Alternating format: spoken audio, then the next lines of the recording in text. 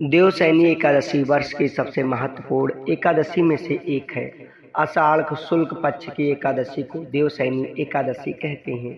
इसका पुराणों में व्याख्यान है कि भगवान विष्णु 4 मास पाताल लोक में राजा बलि के यहाँ योग निद्रा में निवास करते हैं और कार्तिक मास के शुक्ल पक्ष की एकादशी को प्रस्थान करते हैं। इसी कारण से देवशयनी एकादशी कहा जाता है।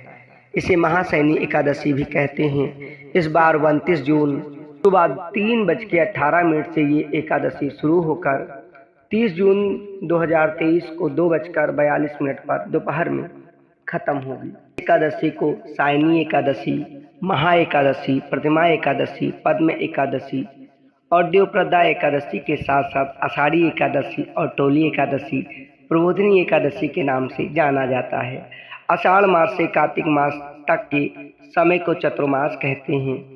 इन 4 महीनों में भगवान क्षीर सागर की अनंत शैया पर शयन करते हैं। इन 4 मासों में विवाह आदि शुभ कार्य नहीं किए जाते। इन दिनों में साधु लोग एक ही स्थान पर रहकर तपस्या करते हैं। चतुर्मास के समय भगवान की कहानी कहना और सभी ब्रजधाम में तीर्थ निवास करते हैं।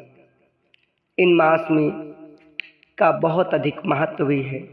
देवशयनी एकादशी की कहानी की बात करें तो सतयुग में मानधाता नगर में एक चक्रवर्ती सम्राट राज्य करता था।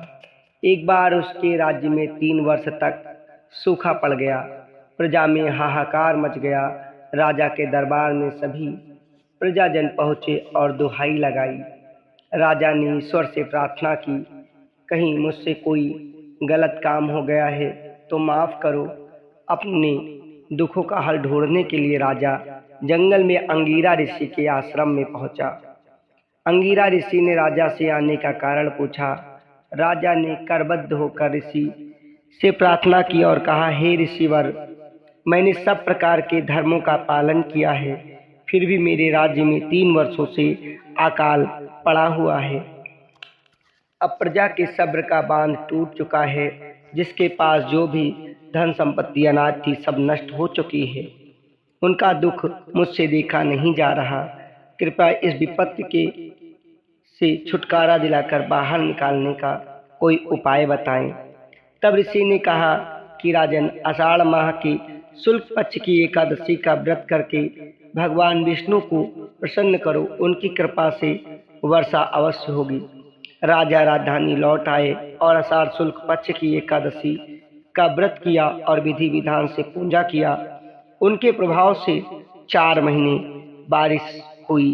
व्रत के प्रभाव से राज्य में मूसलाधार बारिश से अकाल नष्ट हो गया।